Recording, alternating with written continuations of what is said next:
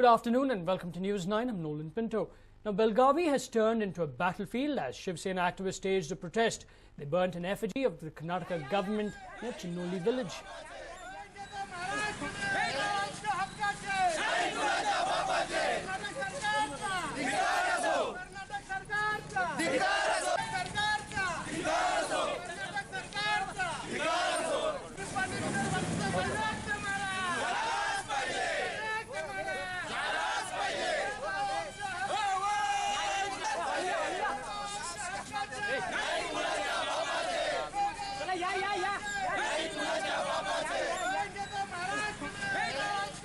They also staged a Rasta Roko protest and stopped the traffic for a while.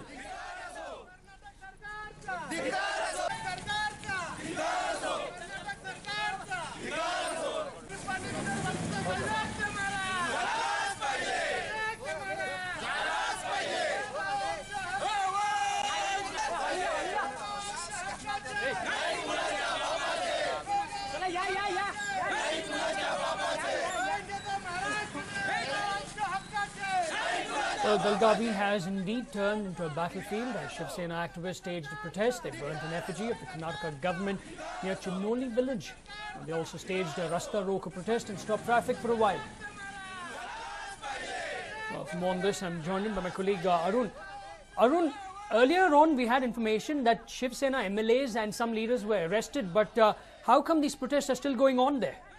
Nolan, just a clarification, this particular agitation for which the visuals are appearing on the TV screens has happened is happening in a place called Chinnoli village.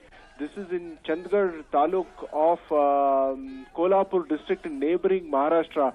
Remember, Kolhapur is virtually up in arms after the decision of the Karnataka High Court to demolish that controversial milestone which declared that Yellur village, which falls in Belgavi Taluk, was a part of Maharashtra state. So after that, there has been a spate of violence. In fact, this is a continuation of what happened earlier this morning when Shiv Sena MLAs tried to organize a press conference in Belgavi city itself, and the permission was refused by the district administration because they said that there is a prohibitory order still in place and that forbids the collection of more than 5 people. So this protest march that we are seeing, where actually effigy of the government of Karnataka was burnt, happened because of what was happening across the border in neighboring Belagavi district.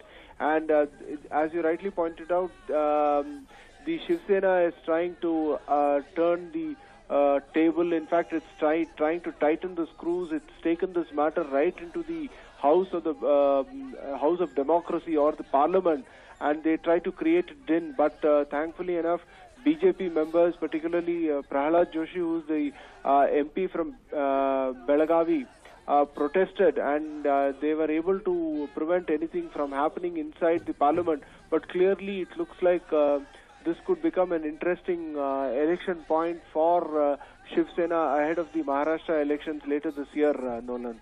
Right, Arun, thank you very much for all those details. In fact, Dharwad MP Prahalad Joshi actually took this up in the Lok Sabha when the Shiv Sena MPs started to bring this up. He stated that Belgavi is a part of Karnataka and will always be so.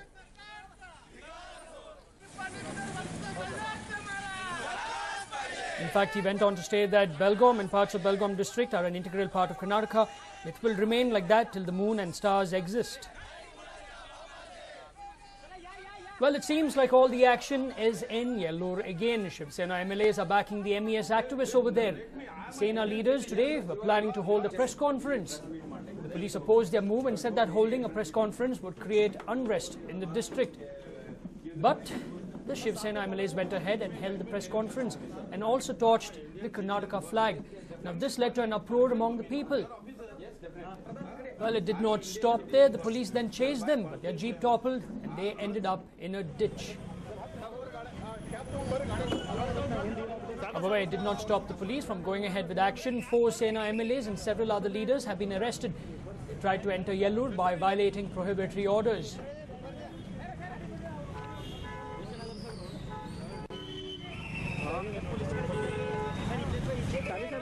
clearly see the Shiv Sena leaders and MLAs arguing with the police over there in Belgavi.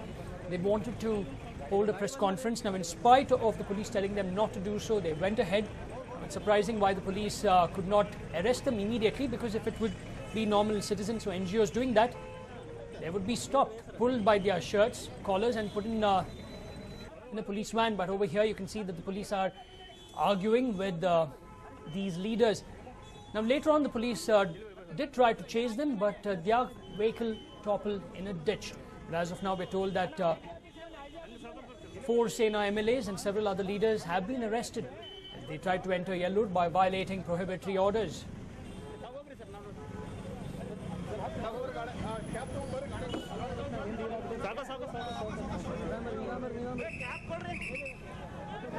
Well, but tension continued to mount in Belgavi as several pro-Kannada leaders arrived there to stage a massive protest. Several prominent leaders, including Vatal Nagaraj, Sara Govind, Praveen Shetty and Shivarame Gowda, have been arrested.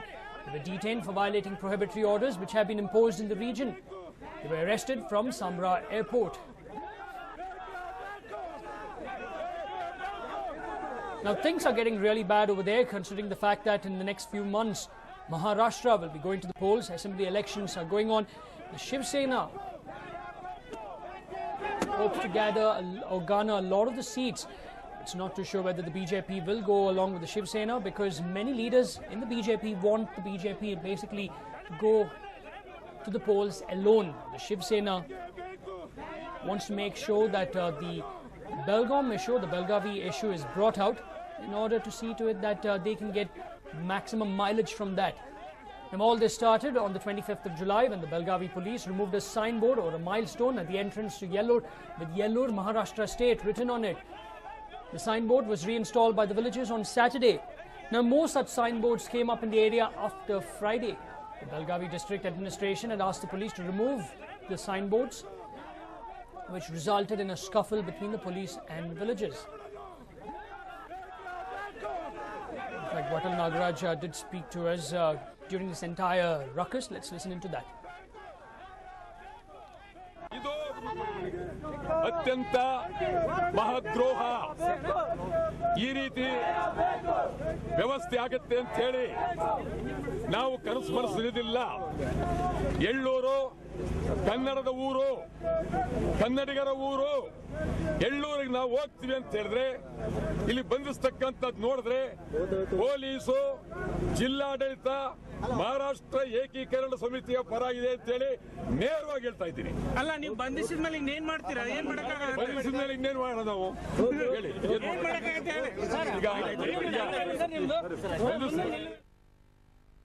Well, moving on, the Supreme Court has issued a notice to the Maharashtra government about Marathi medium schools in the border area with Karnataka. Now, Maharashtra has 6 weeks' time to respond to the notice.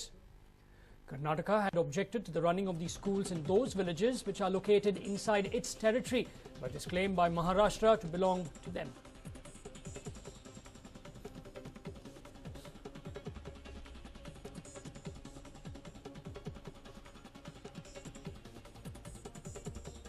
In fact, the advocate representing Maharashtra in the Supreme Court spoke to the media. Let's listen into that. Original suit in the Supreme Court, original suit number 4 of 2004 in the Supreme Court, seeking transfer of 865 villages from state of Karnataka to state of Maharashtra. In that suit, pleadings are complete, issues have been framed. Now it is at the stage of evidence recording. Today, IN number 11 of 2014, which was filed by state of Karnataka, seeking direction to the state of Maharashtra not to grant permission to more Marathi-speaking schools, Marathi medium schools in the border areas. In that application, the Supreme Court has asked the state of Maharashtra to file their reply within a period of 6 weeks. Mr. Hari Salve, senior advocate, and myself appeared in the matter for the state of Maharashtra. It was brought to the notice of the court that the last Sunday, a very serious incident has occurred on last Sunday in the village Yellur of Belgaum Taluka. In that village, one Marathi board was put up at Yellur village, Maharashtra Rajya. One PIL was filed in the Karnataka High Court and nearly notice was issued. Taking advantage of that, the Karnataka police has mercilessly beaten up all those residents, villagers by forcibly entering into their houses, and it is a very serious incident. Photographs were shown to the Honorable Supreme Court. Now these people, aggrieved people, are approaching the Honorable Supreme Court by filing Article 32 petition for taking action against those responsible persons and against the state of Karnataka. In fact, an advocate over there representing the Maharashtra government and the Supreme Court giving information regarding this particular case. In fact, now the Maharashtra government has 6 weeks' time to respond to this notice. Apart from that, he also spoke about the incident that took place at Yellur village. He claims that the villagers there were mercilessly beaten by the Karnataka police. However, the Karnataka government clearly states that they were just following the orders of the Karnataka High Court.